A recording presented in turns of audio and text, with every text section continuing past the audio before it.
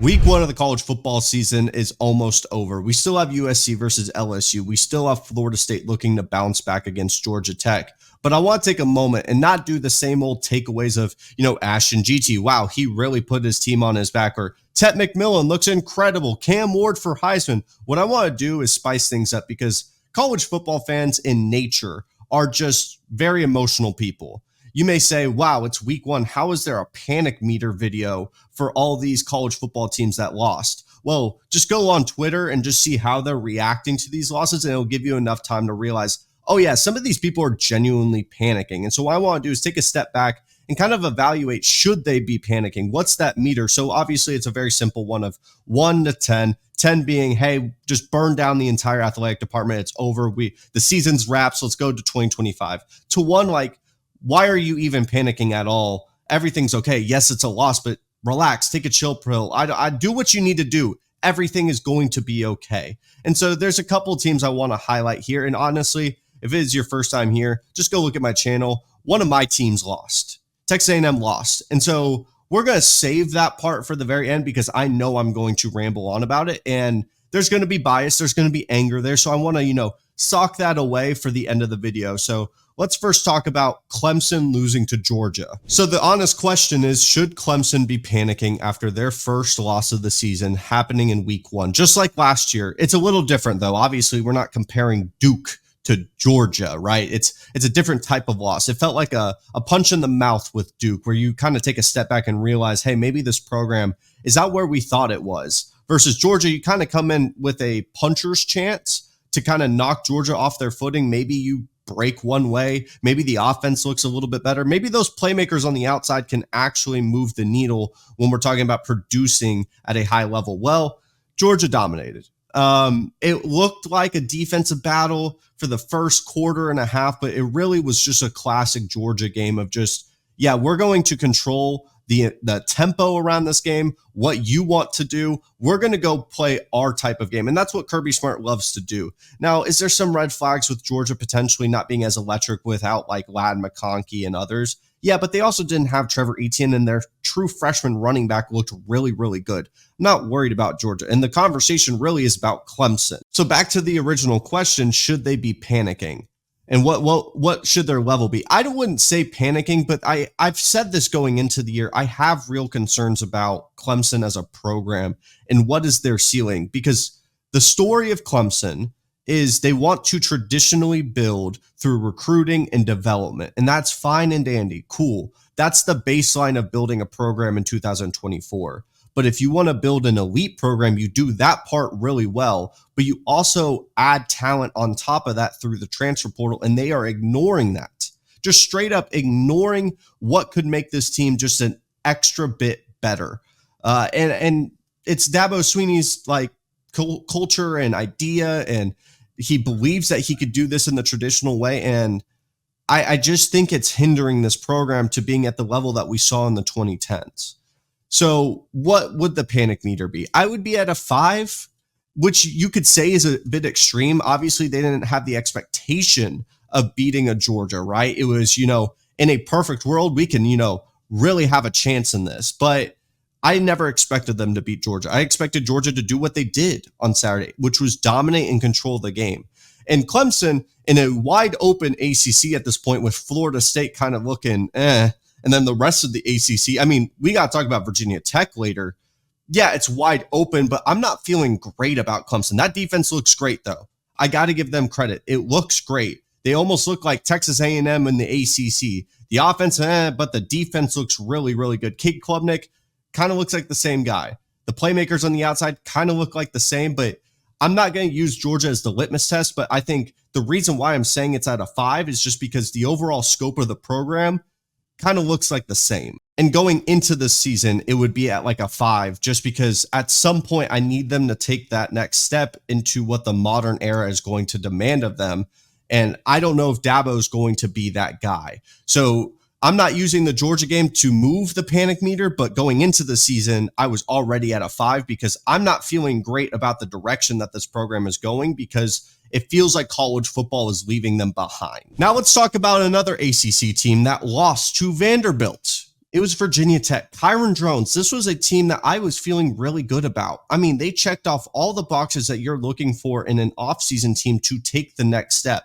I have been wanting Virginia Tech to take the next step because I remember and I know of Virginia Tech being one of those teams that were in national title contention. They have one of the best home environments in the country. This is a team that's rich of tradition. And you bring it back a quarterback. You bring back, I believe, 20 starting players. You have a coach that is on the rise. All the things that you are looking for a team to stamp their mark against a Vanderbilt, an SEC team. Now, obviously, a lot of people are going to say, well, it's Vanderbilt. To stamp their mark and say, hey, we're going to be one of the contenders in the ACC. And honestly, the entire conference outside of Miami looked a little shaky. And one of the biggest problems were the pass catchers for Virginia Tech and the offensive line, and Kyron Drones just not looking like himself. And obviously, they got themselves back into this game. I believe it was like 17-0, if anything worse. And they crawled their way back in, had a really strong second half. An injury started to hamper Kyron Drones. He was in and out of the lineup. And you had the backup quarterback come in. You had a clutch missed field goal that went into Virginia Tech's favor. You go to overtime. This is your moment to shut the door on a really good Vanderbilt team that, yes, the talent gap was there, but you were hoping that you had all that continuity going your way. And Vanderbilt, got to give them all the credit in the world. I'm going to butcher the name. Pelia, I apologize. The quarterback for Vanderbilt was balling. Cedric Alexander was balling. And obviously they slowed down in that second half, but they made just enough plays in overtime. And then when you are rotating quarterbacks, you don't know who's going to be playing because Kyron Drones and Colin Schlee are just two very different types of play styles. It came down to one final play and Vanderbilt came out with it. So let's talk about Virginia Tech. What is the panic meter? I think because it's not a conference loss, and same could be said for Clemson and Georgia, it's not a huge deal. And I was a lot higher on Virginia Tech, and maybe those pass catchers are a bigger problem than we realize. I would say like a 4 and a 3 on the panic scale. It's going to be a common theme just because a lot of fans are going to feel very emotional after losses. They're going to feel like the world is falling. Yeah, we've seen a lot of teams turn it around after a week 1 loss, and they got punched in the mouth. And it really will depend on this team that has a lot of continuity and a lot of returning starters. How can they band together and bounce back in a weaker conference like the ACC? This is not an ACC loss. This is a non-conference loss that sucks, but it does not mean their season is over. The overall ACC looked pretty bad. And so how will they respond? And usually when you have those younger teams, that waverance of, I don't even know if waverance is a word, but the ceiling and the floor can waver a ton. But when you have the seniority and the continuity, maybe they can right the ship. So I would say a 4 to a 3. I still really like Kyron Drones. I still really like Virginia Tech. Shout out to them for bouncing back after literally getting punched in the mouth. But it just didn't fall their way. They take a loss. I wouldn't worry too much, but there is some red flags with this team. Now let's talk about Miami rolling into Florida, aka the Swamp. And to be honest with Florida, man, this is going to be my highest panic meter. This team came out lethargic. They came out unenergized, whatever term you want to use. And I hate using those just because you don't know what the locker room is. You don't know all that, but you could see it on your television screen, especially when you have Miami, who kind of treated this like what it was, which was a rivalry game, a marquee game, a game to prove yourself. And Miami treated it as such. On top of the fact that Cam Ward, people may point to being like, oh, he's so nonchalant. He doesn't even care about the game. Like, dude, was making incredible plays. He did have the really bad pick, and that's probably going to happen for the rest of the season because that's just his trait is, hey, I can make some incredible plays, but I'm also going to throw the ball into triple coverage and probably turn the ball over a lot. Just happens. But let's talk about Florida specifically because I've been one to say Billy Napier should get a shot in 2025. And I've gotten a lot of pushback on that. And I fully understand Florida holds themselves to a higher standard. Just go watch Swamp Kings. You'll understand that. But on the flip side, I've been asking, what does Billy Napier need to do in order to keep his job when you have that bad of a schedule? And I'm not saying bad in the sense of ease. I'm saying it is one of the most difficult schedules of all time. Nothing has changed. But what does Florida need to do as a program? And in my opinion, regardless of the win total, I need them to look competitive. I need them to look energized. I need them to look a lot more disciplined than they have in years past. And they didn't look disciplined and they didn't look energized. And it wasn't a competitive game. Miami just walked them down the field damn near every single time and made it look easy while doing it. And that's just such a big red flag, in my opinion, that it honestly, even though it's just a week 1 game, it influenced my panic meter. I genuinely didn't have a huge worry about Florida because I thought they would look a lot better than they did. And honestly, this Florida-Texas A&M game on both sides of the coin, because I'll talk about Texas A&M later, is a marquee game for both of these programs in the direction that they're going in. And Florida, I'm going with the 7. I think the panic meter is relatively high because when you keep looking at all these red flags, what are the options going to be for this Florida team if they start the year 1 and 2? Say they lose to Texas A&M in 2 weeks. Are you going to throw DJ Lagway out there against some of the most difficult teams in the entire country and potentially, I wouldn't say ruin him, but cause bad traits to begin? Or are you hoping that maybe he rolls one in his favor and maybe he looks a little bit better than expected? And I hate to say it, as much as people are going to love DJ Lagway getting that opportunity late into that Miami game against the starters, mind you, because Miami did not pull their starters until like the very last minute, he looked pretty good. The one pick he had was because he got hit in his throwing arm. Ball flies up into the air and it just lands on a defender that was laying on the ground. And the problem with it, although I'm excited because I was very high on DJ Lagway coming out of high school, it's hard not to be when we're talking about a Gatorade National Player of the Year. But the thing that worries me is now Florida fans have a taste. They have a taste of what he could look like because the ball came out different. His mobility is different than Graham Mertz. And so now they're like, okay, why don't we just start this guy? He's clearly more electric. Hold on, take a deep breath, because I don't know if that's going to be the best idea. Maybe you put him in for a half against like the lower level teams. I forget who they play next week, but it is a cupcake game. So I'd be wary of doing that, but it does concern me because now there's going to be real pressure on Billy Napier. And it just concerns me because they just came out so flat. They did not look competitive. You don't have to be in a bowl game with this schedule for Billy Napier to keep his job. I understand Florida holds themselves to a higher standard than that, but just let's call a spade a spade. You have to look competitive. And if they come out and look flat against Texas A&M at home again, which I don't expect them to, but if they do that again, we're talking about like, I don't know if Billy Napier should get through the rest of the season, call it over in reaction. I'm not trying to, flip my take that I had in like July and August, but it does concern me. It's a major red flag and I can't keep ignoring them. But enough for those games. Let's talk about the game of the week, the team that breaks my heart every single time. I mean, if you don't know and you're new to Rush the Field, I am a Texas A&M fan. That was painful. That was a defensive game. It doesn't dictate either side's season. It puts Notre Dame on a great trajectory. They were a playoff team, I thought, before the game, and they for sure feel like a playoff team after. They're sound at all 3 levels, especially on that defensive side of the ball. And I think their coaching is immaculate. Like, I cannot credit Notre Dame enough, and I'm not trying to bury the lead because this was a winnable game for Texas A&M. And Notre Dame now goes on a schedule that basically they have a pretty solid stretch of games where they're not having to worry too much about being upset. You never know what happens in college football, but their next biggest game, I believe, is like week 8. So they're on a great trajectory. Let's talk about Texas A&M, though, on the flip side, because this is a panic meter video, and Texas A&M fans are notorious for being very emotional. That's why they're so passionate about this team. And as someone that is involved with this community a lot and loves talking with those fans, and I love interacting with y'all, man, do y'all love overreacting. I have seen people say bench Connor Wigman. So let's talk about Connor Wigman and this offense, because that's what everyone's going to circle as the biggest problem with Texas A&M. And I don't disagree. The offense is what held this team back from winning a very winnable game for them. I mean, I know they were at home. They were favored by 3. The line kept pushing them into their favor. Notre Dame had 6 offensive starts across the entire offensive line. Everything pointed to Texas A&M winning, and they didn't get the job done.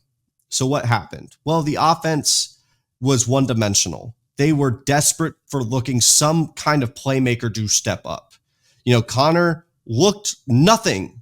What the small sample size was provided with, the Miami game, the LSU game when he was a true freshman, and even the New Mexico game, nothing that we saw in there showed up in this game, except for maybe a couple plays in the first drive where he was able to look really good over the middle and under pressure and was very accurate. it just unraveled in front of our very eyes. He was the most inaccurate I've ever seen him be. I've seen his decision making was not bad, but it was slow. It was late every single time. I mean, the kid was even throwing up on the field, guys. And I don't know if it was nerves. I don't know if it was sickness. I don't know if it was something else, but it was bad. And the thing that worries me the most, that was the grand stage. Now, let's be very clear here. It was his first game back after breaking like 6 areas in his leg. He didn't play in the spring. I'm not trying to hold water for Connor Wigman. He gets a lot of blame for this. I'm sure he's very aware of that. And it was a new offense, and this was a defense like, by every means, Connor Wigman is not Caleb Williams, but this was the defense that brought back a ton of starters that made Caleb Williams look silly. Notre Dame is not one of those teams where we just say, oh my God, they're overrated. That's a bad narrative. I mean, Texas A&M, I think, has been notoriously overrated for many years now, but Notre Dame is not one of those. This is a very good team. This is a very sound defense. This is a team that reacts and gets better throughout the game. The best play for Texas A&M, what felt like, was a hard count clap. And Notre Dame even got to a point where I think it was mentioned in the broadcast and it wasn't even really talked about, was they tried to hard count and they faked jumping off sides, and it got Texas A&M to react, throw like what they thought was a free play, and ended up being a turnover on downs. Those are the things that make the difference. And when you have a more poised quarterback that's able to, I don't think Riley Leonard played his best game, but he played good enough. And Connor was just too bad for them to feel comfortable throwing the ball consistently. I mean, I'll be so transparent. Like, I'm not going to overreact to a week 1 game. I'm not saying bench Connor Wigman, because I said before the season that this Notre Dame game wasn't what's going to decide the Texas A&M season. It was a great opportunity. It was one of those opportunities that teams don't really get on a national stage to prove people wrong, especially the narratives around Texas A&M. And it feels like with Jimbo Fisher, they were always missing that opportunity. And A&M had all the hype. It felt like all the pieces were lining up, and it just didn't happen. They will get another opportunity, and it'll be so interesting to see, they bookmark their season by the first and the last game being the most important against Texas. What is going to happen in between then to look better than what they did week 1? Because I think the defense looked good. The defensive line had moments, but I'll give Notre Dame's offensive line a ton of credit. They looked really good. So let's talk about the outlook for Texas A&M. And you have a lot of people saying bench Connor Wigman. I think that's ridiculous. It's genuinely ridiculous. I fully understand you want to, oh my God, we don't have a quarterback right now. He's being inaccurate. It was his first game.